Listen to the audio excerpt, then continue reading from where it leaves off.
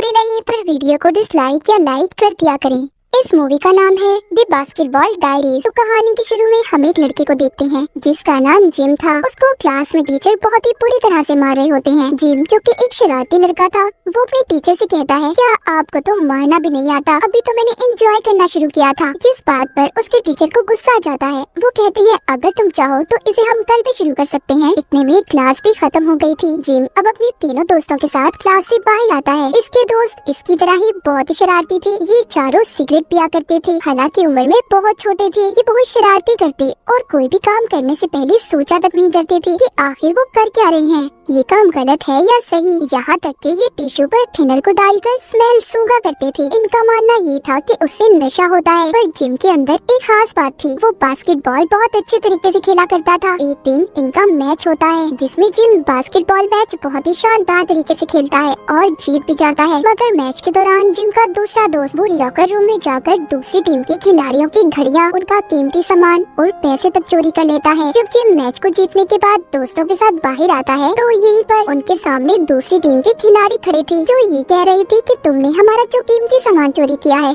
वो हमें वापस कर दो। पर जिम और उसके दोस्त इस बात को मानने के लिए तैयार ही नहीं थे, इसीलिए ये टीम के साथ लड़ना शुरू हो जाते हैं। दोनों एक दूसरे को मार रहे थे। जिसके बाद हम देखते हैं जिम हॉस्पिटल में अपने एक दोस्त से मिलने जाता है जिसको ब्लड कैंसर था। जिम का ये दोस्त जब 6 साल का था, जब से इनकी बहुत अच्छी दोस्ती थी। जिम का दोस्त भी ये जानता था कि वो बहुत अच्छा बास्केटबॉल प्लेयर है। मगर 2 साल पहले जिम के दोस्त को पता चला कि वो बीमार है। जिम दिल से चाहता था कि उसका दोस्त ठीक हो जाए क्योंकि ये उसे दुनिया में अपना सबसे करीबी मानता था। जिम उसे घुमाने बाहर लेकर जाता है मगर उसे ये बिल्कुल भी अच्छा नहीं लगता, इसलिए जिम उसे वापस से हॉस्पिटल छोड़कर अपने घर आ जाता है। जिम ज्यादातर अपना वक्त स्कूल के 3 दोस्तों के साथ रहकर गुजारा करता था। उसके पास बास्केटबॉल के साथ साथ एक और महारत थी, वो थी उसकी राइटिंग। जब भी जिम के दिमाग में कोई ख्याल आता, कोई पोयम, तो वो उसे अपनी डायरी में लिख लिया करता था। उधर जिम का दोस्त जो हॉस्पिटल में बीमार था, वो भी कुछ दिन बाद मर जाता है। जिम जब उसे देखने जाता है जिसकी हालत बहुत बुरी थी, वो अपनी बीमारी से ढांचे में बदल गया था। जिम उसकी ऐसी हालत देखकर बहुत रोता है। उसकी मौत के बाद इसे कुछ समझ नहीं आता कि वो अब अपनी जिंदगी में क्या करे। जिम अपने स्कूल के दोस्तों के साथ जब फिल्म देखकर आ रहा था तो भी वो बहुत दुखी था। वो बस अपने दोस्त की मौत के बारे में ही सोच रहा था, इसीलिए वो अपने दोस्तों को छोड़कर एक बेसमेंट में जाता है जहाँ पर कुछ लोग बैठे हीरोइन का नशा कर रहे थे। जिम वहाँ पर पहली बार उनसे इंजेक्शन लेकर खुद को लगा लेता है और उसे लगाने के बाद तो जिम का जैसे दुख दर्द सब कुछ खत्म हो गया था। वो एक अलग ही दुनिया में पहुँच गया था। और जब ये अपने घर आता है, इसकी मॉम इसकी ऐसी हालत देखकर बहुत ज्यादा परेशान होती है। जिम अपनी मॉम से कहता है कि मॉम मुझे छोड़ दें, आप कुछ नहीं जानती। अब आहिस्ता आहिस्ता जिम और उसके दोस्तों ने इस नशे को करना शुरू कर दिया था। यहाँ से शुरू हुई थी जिम की बर्बादी। पहले तो ये हफ्ते में 1 दफा ही करते थे, फिर 2 दिन, और फिर आहिस्ता आहिस्ता इन्हें ऐसा लगने लगा कि इन्हें हर वक्त वो नशा चाहिए। मगर इस नशे के लिए बहुत सारे पैसे चाहिए थे, इसीलिए रात को जब एक बुरी औरत अपने घर जा रही थी तो ये उसका पर्स चोरी कर लेते हैं। यहाँ तक कि जिम का एक दोस्त उस बुरी औरत को बहुत मारता है। अगले दिन स्कूल में जब ये लोग चर्च में जाते हैं तो वहाँ पर फादर इन्हें अंदर आने का कहते हैं। जिम जाने से मना कर देता है और कहता है कि आज मैं चर्च में नहीं आऊँगा। पर फादर के कहने पर वो चला जाता है और जिम को कन्फेस रूम में बिठाया गया था। दरअसल ये एक ऐसा कमरा था जहाँ पर एक इंसान फादर के सामने दिल की बात कहा करते थे जो फादर और उस इंसान के दरमियान में ही रहा करती थी। यहाँ पर जिम फादर को सब बताना चाहता था, अपने बुरे काम, अपने नशे के बारे में, मगर कुछ भी नहीं बताता। वो रोज ये सोचता बस आज वो नशा करेगा जो आखिरी बार होगा। पर वो दिन कभी आया ही नहीं कि जिम ने नशे को छोड़ा हो। नशा अब उसकी आदत बन चुकी थी, क्योंकि किसी भी चीज की आदत छोड़ना इंसान के लिए बहुत मुश्किल है। एक दिन जिम स्कूल के बाथरूम में नशा कर रहा था जहाँ पर इसके मैच का कोच इसे देख लेता है। जिम नशे में था। कोच उसका फायदा उठाने की कोशिश करता है और उसे पैसे भी देता है। पर जिम को जब थोड़ा सा होश आया था तो वो उसे मारकर वहाँ से भगा देता है। अगले दिन जिम का मैच था। ये मैच से पहले भी नशा करता है। यहाँ पर इसी का एक दोस्त इसे मना कर रहा था, कहता है कि ऐसा मत करो यार, पर ये उसकी बात नहीं मानते और उसे छोड़कर तीनों दोस्त नशे की गोलियां ले लेते हैं।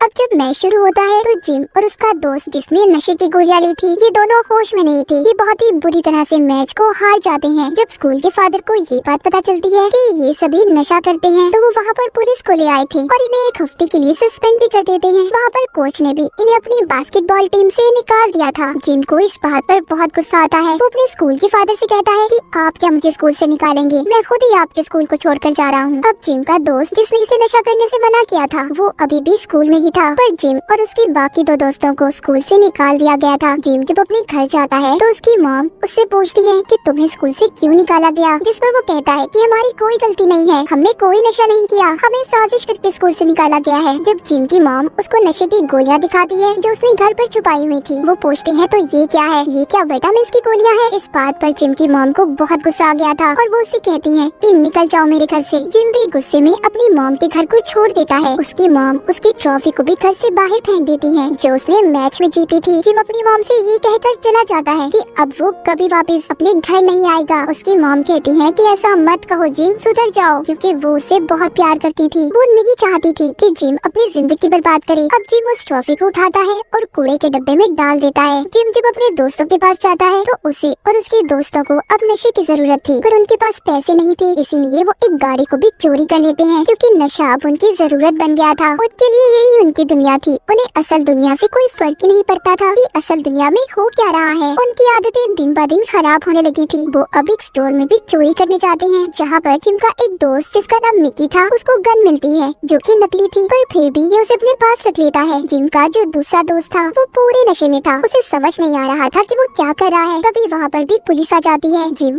और मिकी अपने दोस्त को होश में लाने की कोशिश करते हैं कि पुलिस आ गई है, होश में आओ, पर वो होश में नहीं आता। इसीलिए ये दोनों उसे वहीं पर छोड़कर चले जाते हैं। उस दोस्त को पुलिस ने पकड़ लिया था। उधर जिम और मिकी वो दोनों एक बार में आते हैं जहाँ पर टीवी में वो चलती खबर को देखते हैं जिसमें इन्हीं के स्कूल के बच्चे जो कि अब मैच में आगे जाने के लिए सिलेक्ट हो गए थे, उन्होंने अपने मॉम डैड के सर को फखर से बुलंद कर दिया था। जब जिम और मिकी इस खबर को देखते हैं तो उदास हो जाते हैं क्योंकि ये कभी इनका भी ख्वाब हुआ करता था। जिम अब अपनी मॉम के पास जाता है मगर वो छुपकर अपनी मॉम को देख रहा था क्योंकि उसके अंदर हिम्मत ही नहीं थी कि जिंदगी में इतनी गलतियां करने के बाद ये अपनी मॉम का सामना कर सके। इसीलिए दोबारा से ये उसी जगह पर आ जाता है जहाँ पर ये नशा किया करता था। तभी वहाँ पर एक आदमी आता है जो जिम को बहुत मार रहा था क्योंकि जिम ने उसके दोस्त को नशा दिया था जिससे उसकी मौत होने वाली थी। जिम उस आदमी से कहता है कि इसमें मेरी क्या गलती थी, तुम्हारे दोस्त ने उस नशे को हजम नहीं किया। पर वो आदमी उसे बहुत मारता है और सीढ़ियों से भी नीचे गिरा देता है। जिम के दिमाग ने अब काम करना भी बंद कर दिया था। उसको अलग अलग तरह से हेलुसिनेट होना शुरू हो जाता है। कभी उसे नजर आता है कि वो बास्केटबॉल खेल रहा है जिसके नेट में आग लगी हुई है, लेकिन ये सब उसका सिर्फ ख्याल था। वो आदमी उसे मारकर बर्फ के ऊपर गिरा गया था। तभी यहाँ पर एक और आदमी आता है जिसका नाम रेगी था। जिम जब नशा नहीं करता था तो रेगी इसके साथ बास्केटबॉल प्रैक्टिस किया करता था। उसे ये बात पता थी कि जिम एक बहुत अच्छा प्लेयर है, इसीलिए ये उसे उठाकर अपने घर ले जाता है। जब जिम को होश आता है तो वो रेगी के घर से जाना चाहता था। जब वो अपनी कोट की जेब को चेक करता है तो उसमें उसकी नशे की दवाई नहीं थी। जिम उस आदमी से कहता है कि तुम मेरे नशे की दवाई मुझे दे दो, पर वो कहता है नहीं,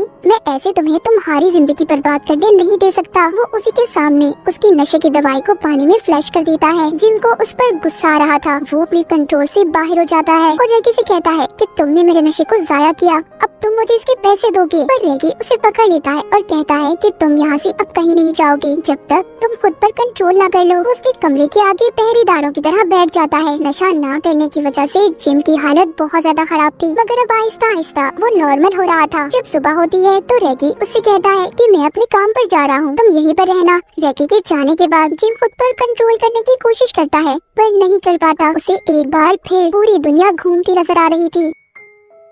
वो रेगी के घर में पैसे ढूंढने लगता है पर उसे नहीं मिलते, इसीलिए वो अब यहाँ से एक लड़के के पास जाता है जो पहले कभी इसकी दोस्त हुआ करती थी। ये लड़की भी नशा करती थी। जिम अब उससे पैसे मांगता है पर वो नहीं देती क्योंकि एक बार इसने भी जिम से पैसे मांगे थे पर जिम ने देने से मना कर दिया था। जिम उसकी बहुत मिन्नतें करता है, इसलिए वो लड़की अब बैग से पैसे निकाल कर जमीन पर फेंक देती है और चली जाती है। जिम को उसकी इस हरकत पर बहुत गुस्सा आता है। वो कहता है मैं जानता हूँ तुम कौन हो, तुम एक बुरी लड़की हो, पर वो वहाँ से चली गई थी। अब जिम जमीन पर गिरे हुए पैसों को उठा लेता है क्योंकि वो ऐसे स्टेज पर था जहाँ पर इज्जत नफ्स कोई मायने नहीं रखता। लेकिन अब ये पैसे भी नशा करने के लिए काफी नहीं थे, इसीलिए जिम एक बुरी आदमी के साथ गलत काम करके पैसे लेता है, जिसके बाद ये अपने दोस्त मिकी के पास जाता है और ये दोनों मिलकर एक आदमी के पास जाकर उससे नशा खरीदते हैं। मगर जब ये उसे टेस्ट करते हैं तो वो नशा नकली था। ये दोनों भागकर उस आदमी के पीछे जाते हैं जो भागता भागता एक बिल्डिंग की छत पर आ गया था। मिकी जब उसे पकड़ने की कोशिश करता है तो उस आदमी का पाँव स्लिप हो जाता है जिससे जिससे वो नीचे गिरकर मर गया था। जिम जब वहाँ पर पहुँचता है तो मिकी से कहता है कि तुमने क्या कर दिया, अब हमें कोई नहीं बचा सकता, तुमने उसे मार दिया। और जब मिकी नीचे जाकर चेक करता है तो कुछ गैंग के लोग आकर उसे पकड़ लेते हैं और बहुत मारते हैं। पुलिस ने भी उसे पकड़ लिया था। इतना सब होने के बाद भी जिम को समझ नहीं आई थी। वो दोबारा से अपनी मॉम के पास जाता है और कहता है कि प्लीज मॉम मुझे पैसे दे दो, मैं आपका बेटा हूँ, मेरे साथ ऐसा मत करो। पर उसकी मॉम उसे पैसे नहीं देती क्योंकि वो जानती थी कि अगर उन्होंने उसे पैसे दिए तो वो नशा करेगा और अब उसकी मॉम ऐसा नहीं चाहती थी। तो इसीलिए वो पुलिस को फोन करती है क्योंकि वो ये सोच रही थी कि शायद जिम जेल में रहे तो नशे की आदत को वो छोड़ देगा। जिम को पुलिस वहाँ पर आकर पकड़ कर ले जाती है। वो अपनी मॉम से यही कह रहा था, प्लीज मॉम मुझे बचा ले, मैं सुधर जाऊंगा। पर उसकी मॉम उसकी एक नहीं सुनती। जिम ने जितने भी गुनाह किए थे उसे 6 महीने की सजा दी जाती है। इन 6 महीनों में वो अपनी डायरी जो लिखता था उसे भी पूरा कर लेता है। और जब 6 महीने बाद वो जेल से बाहर आया तो हम उसे एक स्टेज के बाहर देखते हैं। दरअसल यहाँ पर उसने अपनी पोइट्री शायरी को पढ़ना था जो उसने अपनी डायरी में लिखी थी। तभी वहाँ पर उसका दोस्त आता है जिसको पुलिस ने सबसे पहले पकड़ा था। वो कहता है जिम मेरे पास एक बहुत अच्छा नशा है। पर जिम कहता है नहीं, मैंने ये सब कुछ छोड़ दिया है, मैं वापस से उस दुनिया में नहीं जाना चाहता, पर मेरे दोस्त अपना ख्याल रखना। इतना कहकर वो स्टेज पर आ जाता है जहाँ पर वो सबको अपनी शायरी सुनाता है जो सबको बहुत अच्छी लगती है। सब तालियां बजा रहे थे। आखिर में हमें बताया जाता है कि जिम ने 17 साल की उम्र में अपनी डायरी को पूरा किया जिसका नाम था द बास्केटबॉल डायरीज, जो इस मूवी का नाम भी है, जो कि बहुत ज्यादा मशहूर हुई थी। और 22 साल तक जिम कैरोल के 2 नॉवेल्स भी पब्लिश्ड हुए। तो ये थी कहानी जिम की, जो हमें ये मैसेज देती है कि अपनी जिंदगी में हमेशा सही रास्ते पर चलें, बुरी हरकतों से बचें और बुरे दोस्तों की सोबतों से दूर रहें। हर बुरा काम करने से पहले या किसी भी बुरी चीज को अपनी आदत बनाने से पहले ये सोच लें कि इसका असर आपके माँ बाप की जिंदगी पर भी पड़ता है। अगर जिम की मॉम उस दिन पुलिस को ना बुलाती तो जिम कभी भी नशे को ना छोड़ता और शायद कुछ साल बाद मर जाता। तो हर बुरी आदत से दूर रहे। इसी मैसेज के साथ ये कहानी यहीं पर खत्म हो जाती है।